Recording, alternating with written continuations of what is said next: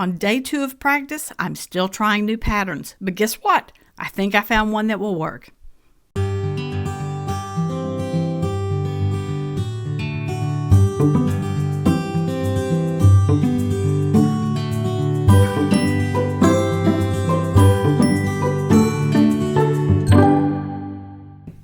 Hey guys, welcome back to Frances Quilts for part 2 of Frances is on a Mission.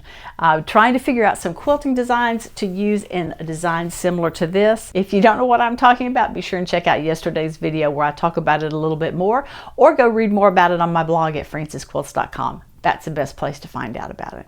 Today I'm talking about some of the designs that I ended up putting in through here.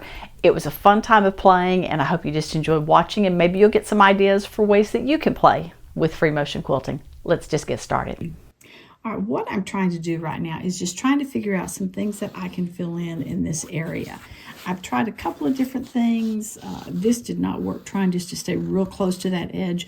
Remember, on the final piece, this is going to be appliqued on top, and so I will have stitched around it a couple of times to hold it in place.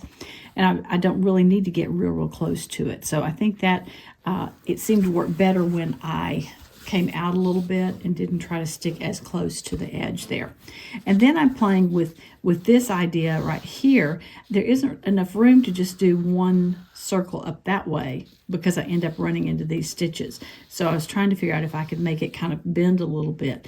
That looks okay, but I'm not sure I like the bend in it. I'm not sure would not be happier if it just continued to be more circular. So I'm going to keep playing. Because of how I stitched it, I am having to overstitch all of these every time I want to get back to one of these. That's okay. I don't mind doing that. When I'm actually doing the actual quilting, I will, when I quilt down to here and back to here, I will do whatever I'm going to do in here, I'll do while I'm at that point. So I'm just playing, and you're welcome to watch.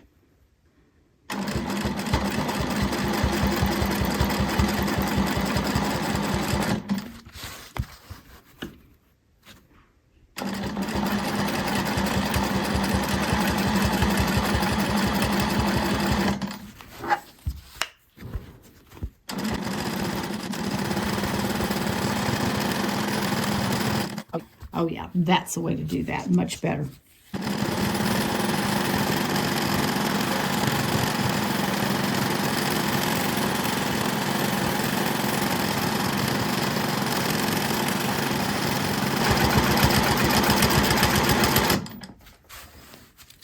Now that's an idea, just to continue doing echo lines coming out. That's going to give it kind of a peacock look to it. I'm not sure that's what I'm going for.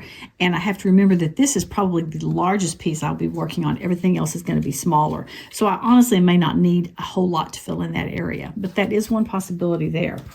All right, let's travel back down. Now if I came back around, traveled over those stitches,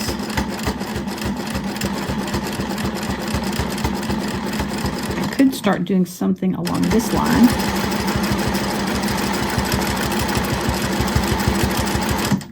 Need to use a ruler there to keep them all even.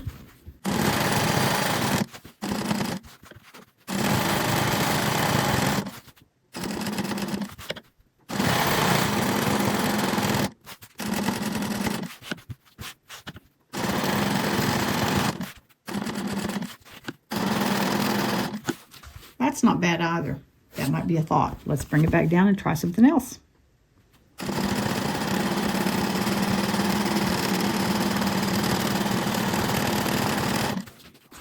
Okay, that's just freehanding, but that looks okay. Let's see what else we can think of.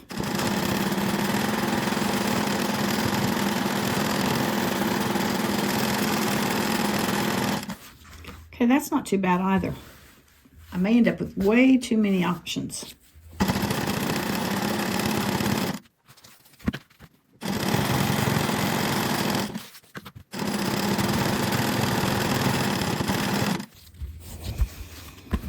Okay, I like that one too.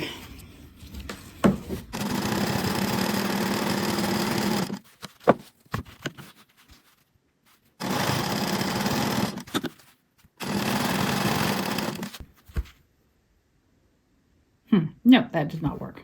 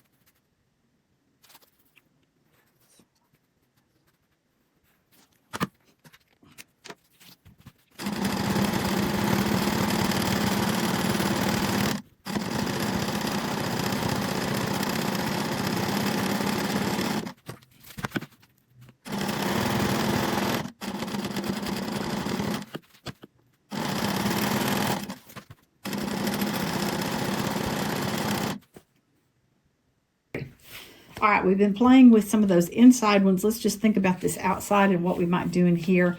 I'm thinking that we probably won't do a whole lot in this last one. Remember that this is going to be cut. This will be appliqued down right there.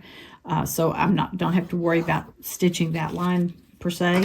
So what if I do something similar to what I've done before, where I just do a straight line up to the point of the teardrop there, and then do the same thing that I did previously, just to freehand around it.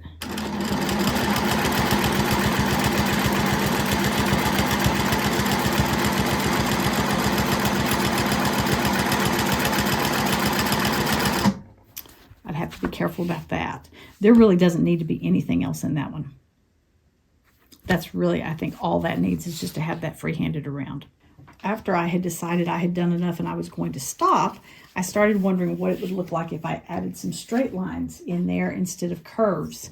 I still have the green thread on now, so it's going to look a little bit different, but let's just see what happens if we come from one of these bumps right here. I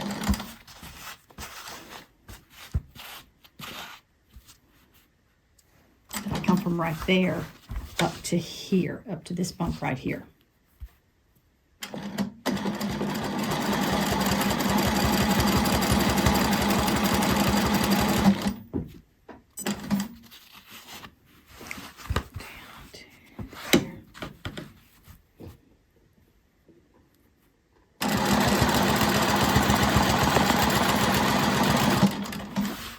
I kind of like how that looks. Bringing, because that pulls in this point that I have here, it pulls the point back into here. I may do that, have this come up curve from here and here, and then have it do a point right there. That might look really good. Okay, even more things to think about. Well, that's the end of playtime. Now I have to go back to thinking about how I'm actually going to finish the quilt. Actually, as I started drawing out a full-size pattern, I realized that I don't have enough fabric. These are cherry wood fabrics that I bought a couple of years ago when I was at Houston, and since Houston is only a few weeks away, I'm going to wait and buy a few more pieces when I'm there this next time. So in the next 2 or 3 weeks, I'm going to be figuring out my exact pattern that I want to use and getting set, so when I get those fabrics, I'm ready to go. Keep watching here for more about this quilt, and also, as I've said before, read my blog, francesquilts.com. Well guys, thank you for joining me 2 times in a row for Free Motion Friday, and I hope you've learned something, and I hope you'll find some things that you can go play with. And as always, I look forward to seeing you next time on Frances Quilts. Remember, if you like what you've seen, be sure to give it a thumbs up and subscribe. Please check out my website and daily blog at francesquilts.com, and I can be found on Facebook and Instagram at Frances Quilts. Thanks so much for joining me. Hope to see you again soon.